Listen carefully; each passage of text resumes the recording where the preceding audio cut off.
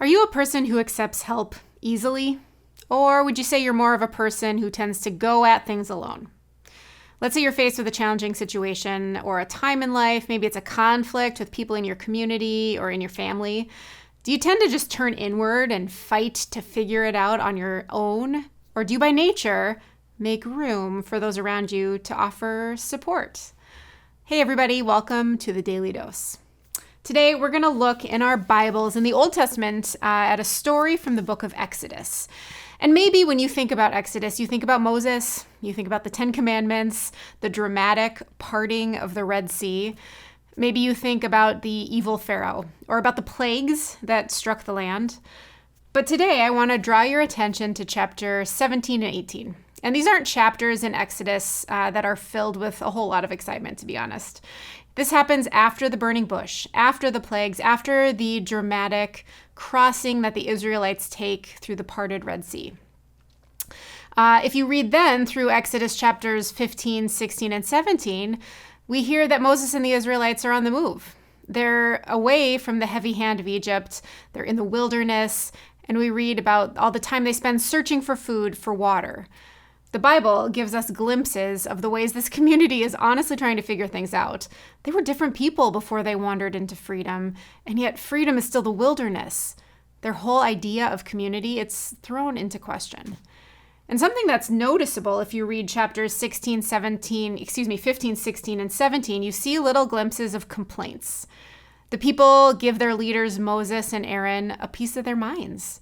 It's not to say their complaints weren't completely warranted. They were hungry, they were thirsty, and this was the desert.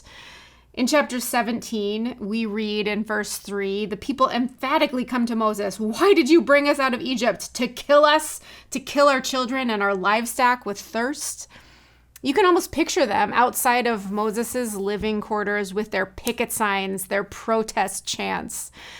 And then we get kind of a vulnerable moment where Moses, this leader who was empowered and entrusted by God to help the Israelites get to the promised land, he cries back out to God, "Lord, what do I do?" And I think this is a moment that we can all relate to, whether we're leaders, we're parents, we're coworkers, we're volunteers. When we face some sort of challenge, we feel like our backs are up against a wall, we ask in an exhausted voice, "What do I do right now, God?" And that's where we face an important decision. We can address the challenge in isolation, or we can make room in our leadership for others to help us. Now, at both the end of chapter 17 and the beginning of chapter 18, we see two powerful, I think, places where Moses realizes his leadership is best done not in isolation, but with support. In chapter 17, we read about another attack that comes to the Israelites from the Amalekites, and God is faithful, but it doesn't come without challenges. Moses sends a man named Joshua into the battle for him, while Moses goes up to the top of a hill with his brother Aaron and another man named Hur. And we read that while Joshua is battling, whenever Moses raises his hands, Israel prevails. But when his hands are lowered, the Amalekites prevail. And you can see the dilemma. It's hard work if you have to keep your hands up, to keep leading over and over in the midst of such obstacles. So we hear about this beautiful moment where Aaron and Hur, they give Moses a place to sit and they actually hold his hands up for him. His hands are steady, the Bible says. And then we read that the Israelites win in this battle under Joshua's leadership. Then later in chapter 18, we hear about an encounter with Jethro, and he is Moses' father-in-law. And Moses hasn't seen his extended family for a long time, so this is kind of a reunion. So Moses is catching him up on everything that's happened.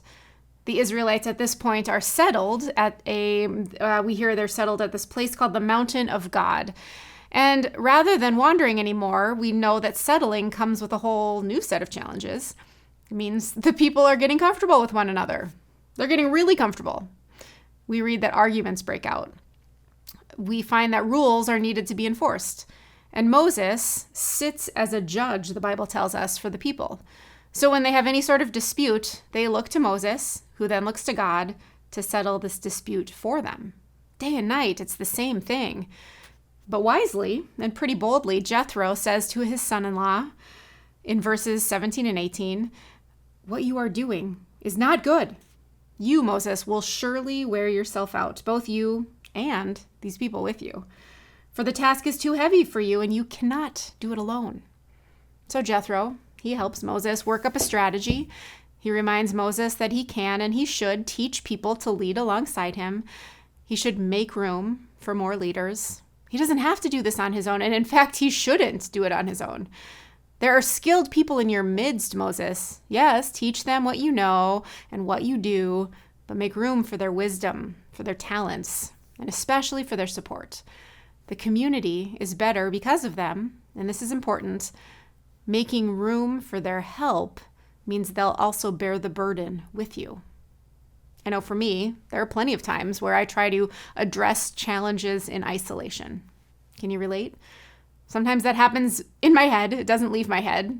Sometimes I feel it in my gut. It's never a good feeling. It could be in my leadership, in my role at the church. It could happen in my family. When it comes through tough situations, working through family dynamics, who will or who won't be at Thanksgiving? What will it feel like when we communicate and yet our communication is shutting down? I can imagine we all face a similar crossroads now and then, where we could go with our instinct of holding it all inside, of shouldering the stress and the anxiety of trying to figure out how to resolve conflicts on our own. Or we could open ourselves up, making room for the wisdom, the care, and the support from others around us. Thanks, everybody.